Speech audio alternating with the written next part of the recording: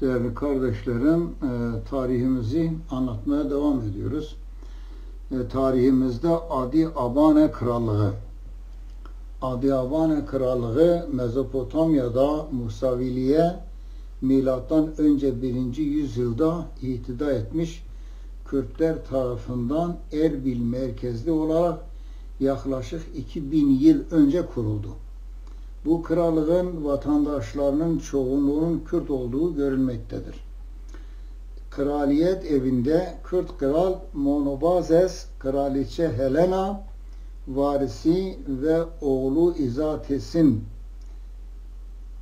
adları halen ilk din değiştirenler olarak muhafaza edilmiştir. Romalıların İsrail kentleri Judea, Ant, Samaria'ya zaptı sırasında milattan önce 68-67 yıllarında yani oraya asker yollayan sadece Kürt Adi Abane'ydi. Galile şehrinin kuşatılması sırasında buraya yardım için birlikler yollayan Adi Abane krallığı eğer Musevi olmasaydı bu hareketin izah edilebilir bir gerekçesi olmazdı. Ünlü Yunanlı tarihçi, felsefeci ve coğrafyacı Strabon, Latince Strabon, milattan önce 1.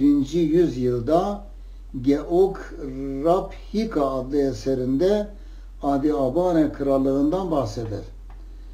Strabon, Adi Abane'nin çoğunlukla düzlükler ve ovalardan oluştuğunu, halen Babilonya'nın parçası olduğunu ama Adi Abane'nin kendi hükümdarları olduğunu yazmıştır. Tarihçi Pliny milattan sonra 1. yüzyılda Naturalis Historia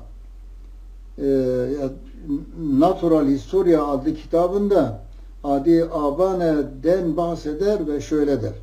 Eskiden Carduçhi halkı yani Karduki olarak bilinen, şimdiki ise Kardueni Adi Abane ile birleşir ve önlerinden Dicle Nehri akar. Pliny Adi Abane adlı bölümünde Adi Abane'nin başkenti Erbil'i Pers kralı Darius'un ordusunun Büyük İskender tarafından yenilgiye uğratıldığı şehir olarak tanımlar. Yunanlı tarihçi Plutarh milattan sonra 2. yüzyılda Lucullus adlı eserinde Adi Abane kralından bahseder ve Tigranes ile Romalılara karşı ittifak oluşturduklarını anlatır. Ünlü Harvard Üniversitesi'nin tarih profesörü Doktor Mehrdad İzadi, Adi Abane adının antik Kürt Hadhabani aşiretinden kaynaklandığı söylemektedir. Bu aşiret halen Central Kurdistan olarak tanımlanan bölgede mevcuttur. Bu aşiret sürgüne maruz kaldığı için Horasan şehrinde de yaşamaktadır. Adi Abane krallığı milattan sonra 226-649 yılında Sasani İmparatorluğu'na geçti. Adi Abane hükümdarları İzates 1, Bazeus, Monobazus, Helene, İzates 2, Bar Monobazus, Vologases, Monobazus 2, Bar İzates, Meharaspes Roma İmparatorluğu'na geçmiş tabi bu. Onun döneminde Narsai, evet, Aprates kralları da bunlardır. Allah'a emanet olun değerli kardeşlerim.